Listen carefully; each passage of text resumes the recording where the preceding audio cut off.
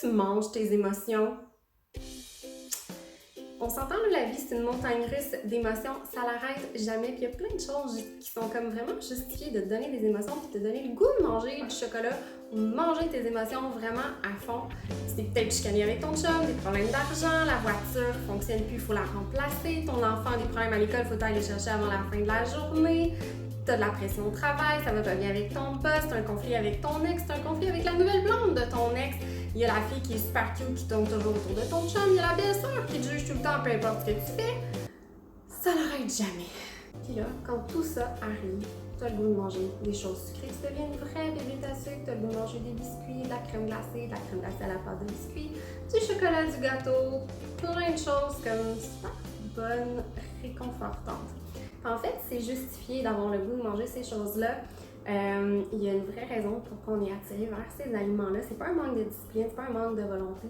C'est que les aliments sucrés, ça libère une hormone qui s'appelle la sérotonine, qui est une hormone de régulation de l'humeur, qui nous rend plus de bonne humeur quand on en génère plus. Puis quand on mange du sucré, on génère plus de sérotonine. Donc, quand la vie nous rend un petit peu fâchés, puis qu'on a des émotions, puis qu'on veut comme s'apaiser, on est naturellement attiré vers ça. Bon, donc là, c'est comme justifié, on comprend pourquoi, mais ça reste que si on cède à cette envie-là de manger du sucre, ben ça risque de comme tout défaire les efforts qu'on a fait pendant la semaine, puis de scraper en une soirée vraiment tous les gains qu'on a gagnés petit à petit dans les derniers jours. Donc, on a des solutions pour vous. Des solutions qui sont vraiment simples, il y en a qui sont un petit peu outside the box, là. C'est pas celles auxquelles on pense en premier quand on veut gérer ses émotions puis pas avoir le goût de tomber dans nos rages de sucre. Mais on vous les partage, donc 5 solutions pour gérer ces rages de sucre quand on a des émotions. La première solution, vous attendez peut-être à ce que je dise ça, là, c'est la plus logique en fait, c'est de manger une collation protéinée. Donc même si on a le goût de manger des jujubes puis du chocolat, de choisir une collation qui contient des protéines parce que ça apaise la faim vraiment, c'est plus long à digérer. C'est sûr que quand on a une rage de sucre, quand on dit collation protéinée, souvent le mot qui vient derrière, c'est comme santé, puis c'est pas ce qui nous attire en premier. Fait qu'il faut quand même faire preuve d'un petit peu de résilience et de compromis. Donc, protéines, mais des fois on peut tromper un petit peu notre cerveau. Là, on a, dans le fond, on trouve des collations qui sont comme un peu sucrées, qui ont l'air sucrées, mais qui ne le sont pas trop, là, qui ne seront pas dommageables là, pour notre programme de perte de poids. Dans Herbalife, on a plusieurs collations protéinées là, qui contiennent très peu de sucre. Là. Par exemple, le café mocha, là, ça goûte le chocolat, c'est comme il y a juste 2 grammes de sucre, mais on dirait que c'est sucré pareil. Sinon, ça peut être une barre protéinée, ça peut être un shake crème biscuit.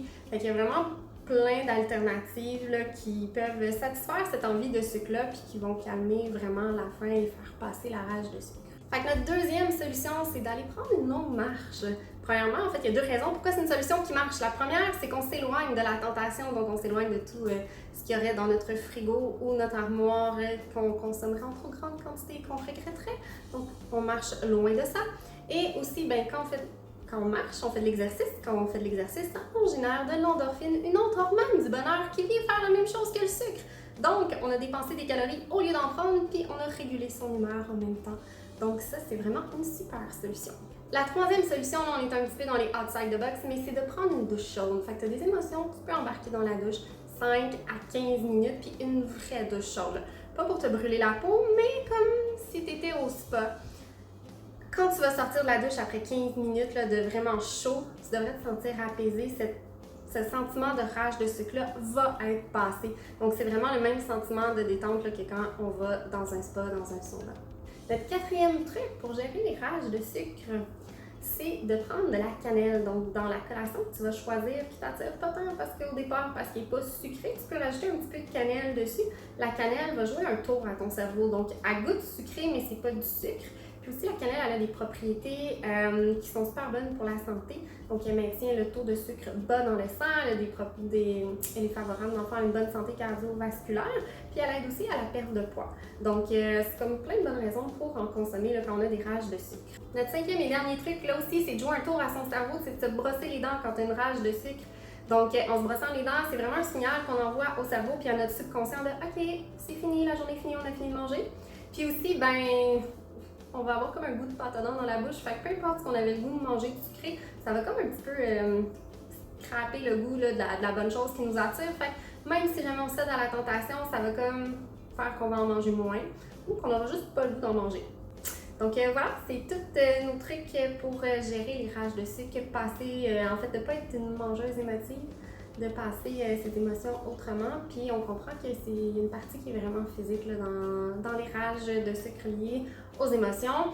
Puis c'est juste de se tourner vers une autre stratégie que manger du sucre.